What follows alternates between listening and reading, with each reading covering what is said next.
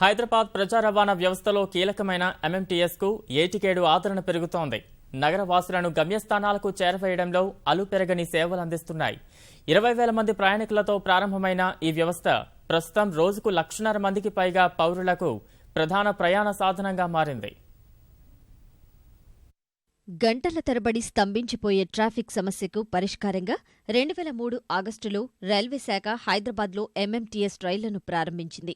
తక్కువ సమయంలో గమ్యస్థానాలకు చేర్చే ఈ వ్యవస్థకు క్రమంగా ఆదరణ పెరుగుతోంది.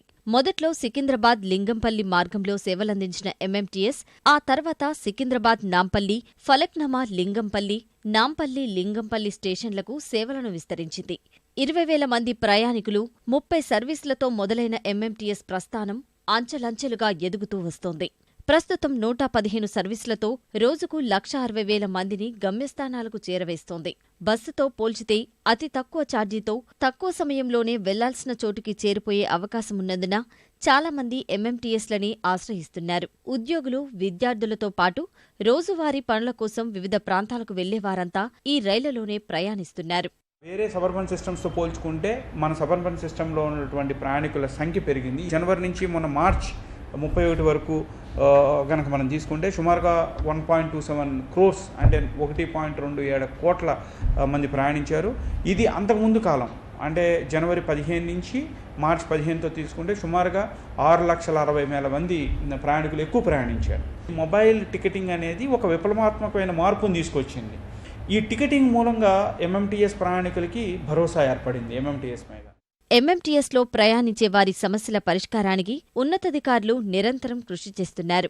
ప్రజలతో కలిసి ప్రయాణిస్తూ సేవలు మెరుగుపర్చేందుకు అవసరమయ్యే సూచనలు, సలహాలు తీసుకుంటున్నారు.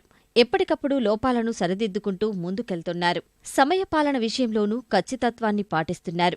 మహిళల కోసం ప్రత్యేక బోగీలు ఏర్పాటు చేయడంతో మరింత ఆదరణ పెరిగింది. ప్రయాణికుల భద్రత కోసం గతేడాది జూన్లో రిస్టా యాప్ను ప్రవేశపెట్టారు. దక్షిణ మధ్య railway general manager Shri Ravindra Gupta గారు ప్రతిరోజు ఈ పీక్ అవర్స్లో నడుస్తున్న బళ్ళు అంటే 7 నుంచి 10 వరకు, సాయంత్రం 4 నుంచి 7 వరకు నడుస్తున్న బళ్ళని ప్రత్యేకంగా మానిటర్ చేయడం, అంటే ఆయన వ్యక్తిగత లెవెల్లో మానిటర్ చేయడం జరిగింది. ఈ విధంగా మానిటర్ చేయడం మూలంగా వీటి యొక్క పంక్చువాలిటీ చాలా పెరిగిందండి. దీని మూలంగా ప్రజల యొక్క ఆదరణ కూడా పెరిగింది.